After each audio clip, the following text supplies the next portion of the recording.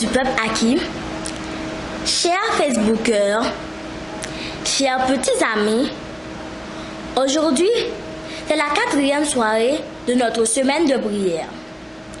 Nous voulons bénir l'Éternel des armées pour sa merveilleuse grâce à l'endroit de chaque de nous. Puisse-t-il continuer par nous assister et nous permettre de jouir pleinement de cette belle célébration. Nous unissons notre voix à tous les enfants et adolescents de l'Afrique chasse pour vous souhaiter une chaleureuse bienvenue dans le doux nom de Jésus, le dispensateur de toute grâce.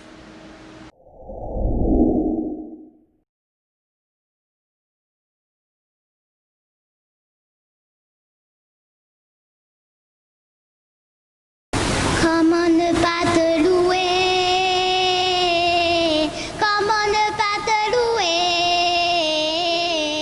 Comment ne pas te louer?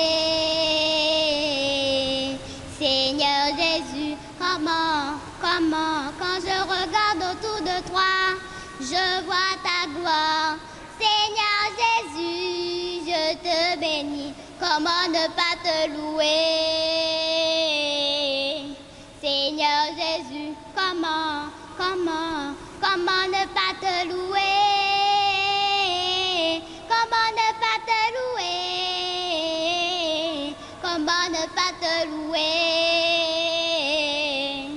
Seigneur Jésus, comment, quand je regarde autour de moi, je vois mes frères.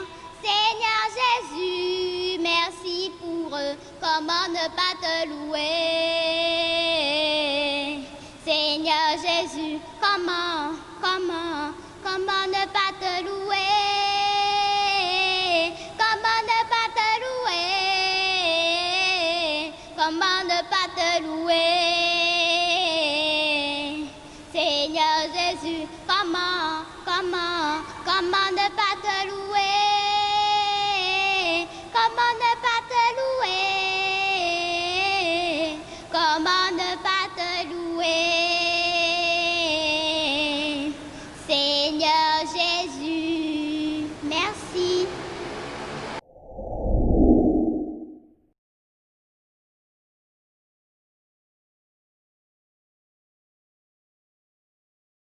Ouvrons nos Bibles à la page 613 et lisons ensemble le psaume 34, les versets 7 à 10. Vous y êtes? Je lis pour vous. Quand un malheureux crie, l'Éternel entend, et il sauve de toutes ses détresses. L'ange de l'Éternel campe autour de ceux qui le craignent et il les arrache au danger. Sentez et voyez combien l'Éternel est bon. Heureux l'homme qui cherche en lui son refuge. Craignez l'Éternel, vous ses saints, car rien ne manque à ceux qui le craignent. Amen.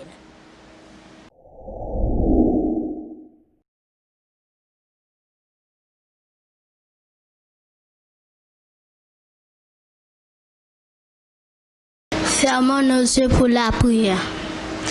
Notre Père des cieux, nous voulons en ce soir te louer pour tous tes bienfaits dont nous sommes l'objet de ta part. En cette 4e soirée de notre semaine de prière, nos âmes assoiffées réclament ta sainte présence. Réponds à nos prières et parle toi-même à nos cœurs. Nous te prions au nom de Jésus, l'agneau immolé. Amen.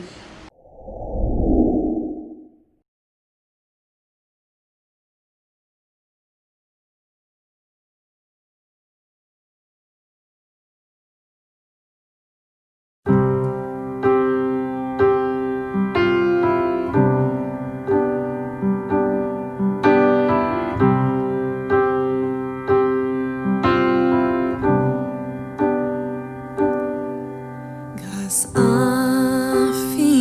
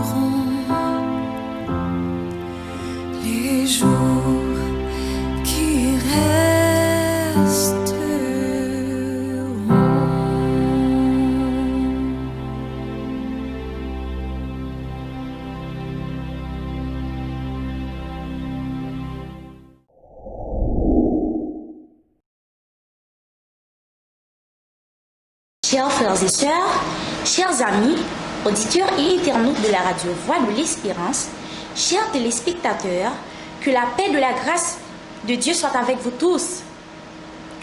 Nous bénissons le nom du Seigneur pour le privilège qu'il m'accorde aujourd'hui de pouvoir parler en son nom. Juste avant de commencer, courbons la tête pour une courte prière. Notre Père Céleste, nous sommes arrivés au moment le plus spécial de notre réunion de ce soir, celui de prendre la parole en ton nom. Permets que je sois sous l'onction de ton Saint-Esprit pour l'édification de ton peuple, au nom de Jésus. Amen. Le titre de notre message, Béni pour un but. L'Église est une communauté de personnes bénies. Ces personnes savent d'où viennent leurs bénédictions. Elles viennent de Dieu. Elles savent aussi que les bénédictions divines ont pour but la vie, le ministère et la mission. Nous, le peuple béni de Dieu, nous pouvons prier comme David. Tout vient de toi et nous recevons de ta main ce que nous t'offrons. Non seulement nous devons savoir que nous sommes bénis, nous devons aussi comprendre pourquoi nous le sommes. Oui, le Dieu de création et rédemption nous a comblés de bénédictions merveilleuses. Pourtant, nous tenons parfois ces bénédictions pour acquis. N'est-ce pas? Peut-être ferions-nous l'effort de mieux servir le Seigneur si nous prenions le temps d'identifier les bénédictions que nous recevons. Pensons-y maintenant. Une des plus grandes bénédictions de Dieu est la vie humaine. La vie appartient à Dieu et est pour toujours connecté à Dieu. Il est celui qui est à l'origine d'une vie abondante qu'il partage avec nous. Cette vie n'est pas à nous. Si elle l'était, nous pourrions choisir de vivre éternellement sans passer par l'expérience de la mort. La vie que Dieu nous donna, à nous, humains, est beaucoup plus précieuse que celle donnée aux animaux, car nous avions été créés à l'image de Dieu. Nous sommes les seules créatures qui parlent directement. Waouh! Gardons bénédiction. Il y a un Dieu qui a parlé, qui a communiqué directement avec nous. De plus, la vie humaine, comprenant corps, pensée, spiritualité, temps, y compris le jour du sabbat, talent, capacité, influence, discours, etc., fut conçue de façon à être une bénédiction pour que nous rendions gloire à Dieu.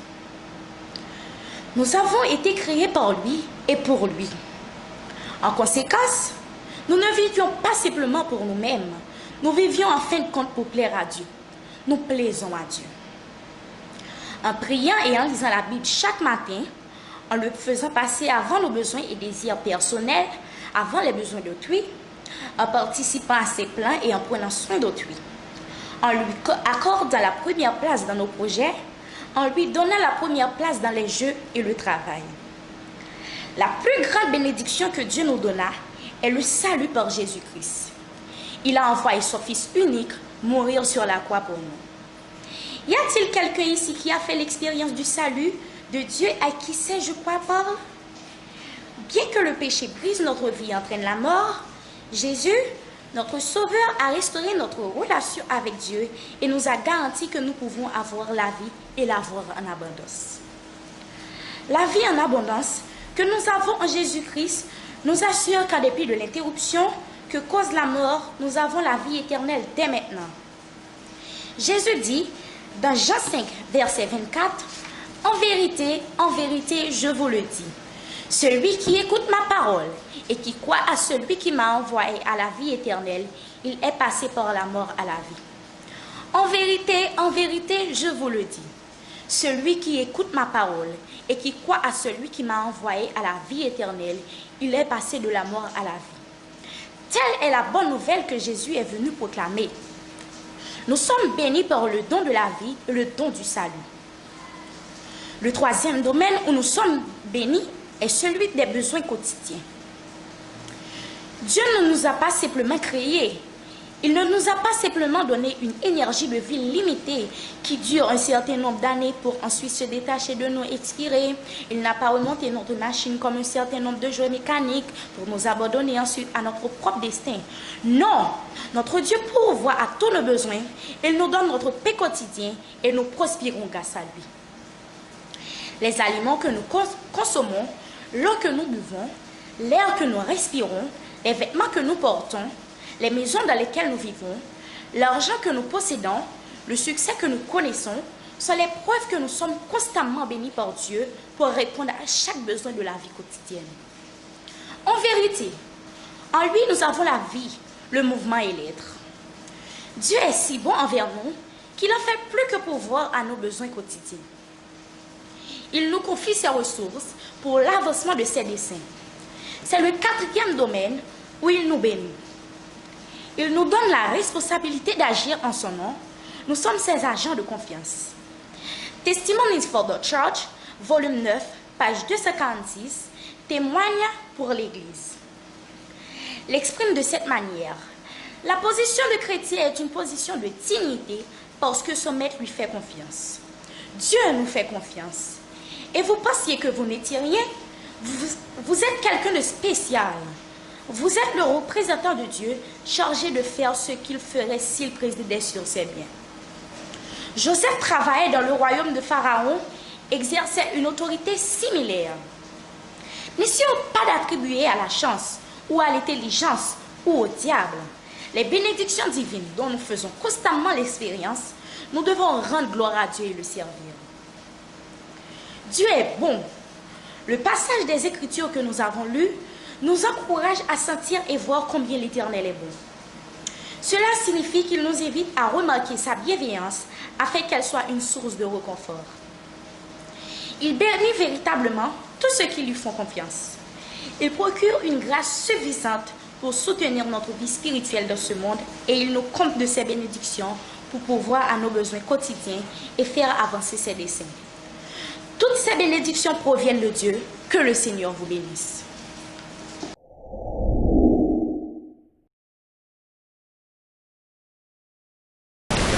Tout au fond de toi, je ne peux regarder.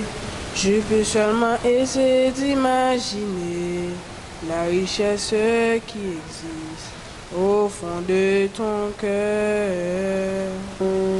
L'or et l'argent peuvent faire briller mes yeux, mais te regarder me pousse à adorer Dieu. Ton âme est un vrai trésor qui jamais ne se ternira. Le péché ne pourra jamais effacer l'image que Jésus sur ton cœur a gravée. Ce que tu as fait ou n'a pas réussi, ils peuvent rien changer. C'est Dieu qui t'a choisi, ce qui fait de toi une personne de valeur. Mais ni ce que tu as ou ce que tu sais faire. Voilà l'amour de Dieu pour toi, quel mystère.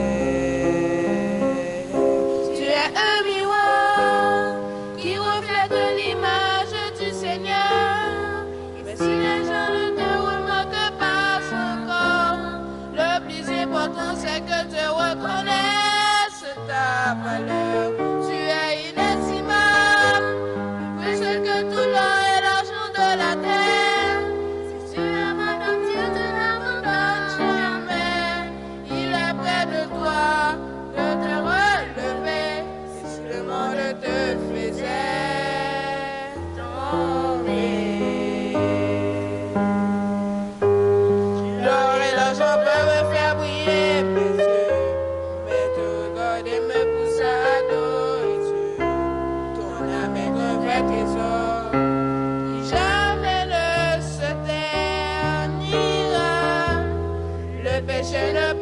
jamais effacer l'image que Jésus sur ton cœur a gravé. Ce que tu as fait ou n'a pas réussi, ils peuvent rien changer. C'est ce qui t'a choisi, ce qui fait de toi une personne de valeur. Mais dis ce que tu as ou ce que tu sais faire. Voilà l'amour de Dieu pour toi, quel mystère. Tu es le miroir qui reflète l'image du Seigneur. Et si les gens ne te manquent pas encore, le plus important c'est que tu reconnaisses ta valeur. Tu es inestimable, plus précieux que tout l'or et l'argent de la terre. Si tu es un Dieu, tu l'abandonnes jamais. Il est près de toi pour te relever. Si le monde te faisait tomber, tu es un miroir qui reflète l'image du Seigneur.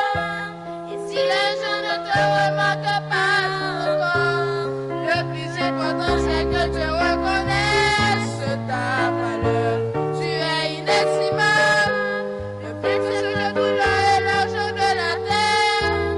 Si l'amour de Dieu ne t'abandonne jamais, il est près de toi pour te relever.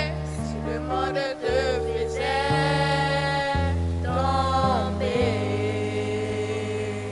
si le monde te faisait tomber.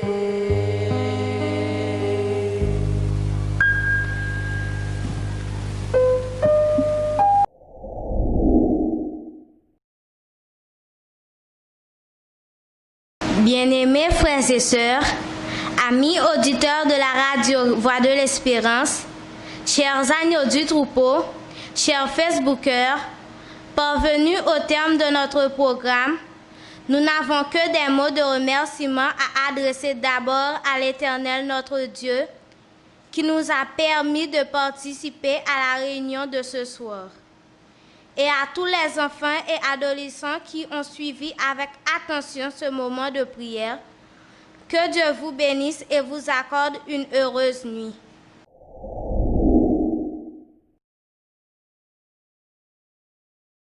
Je vous invite à prendre une attitude pour la prière. Majesté des cieux, de toi vient toute grâce excellente et tout don parfait. Que tu es grand, ô notre Dieu. Merci pour ce que tu es et ce que tu as fait de nous. Aide-nous en retour à t'offrir ce que ta main nous a donné, à partager les bénédictions reçues avec notre prochain. Nous te prions au nom de Jésus, lui qui s'est donné pour notre salut. Amen.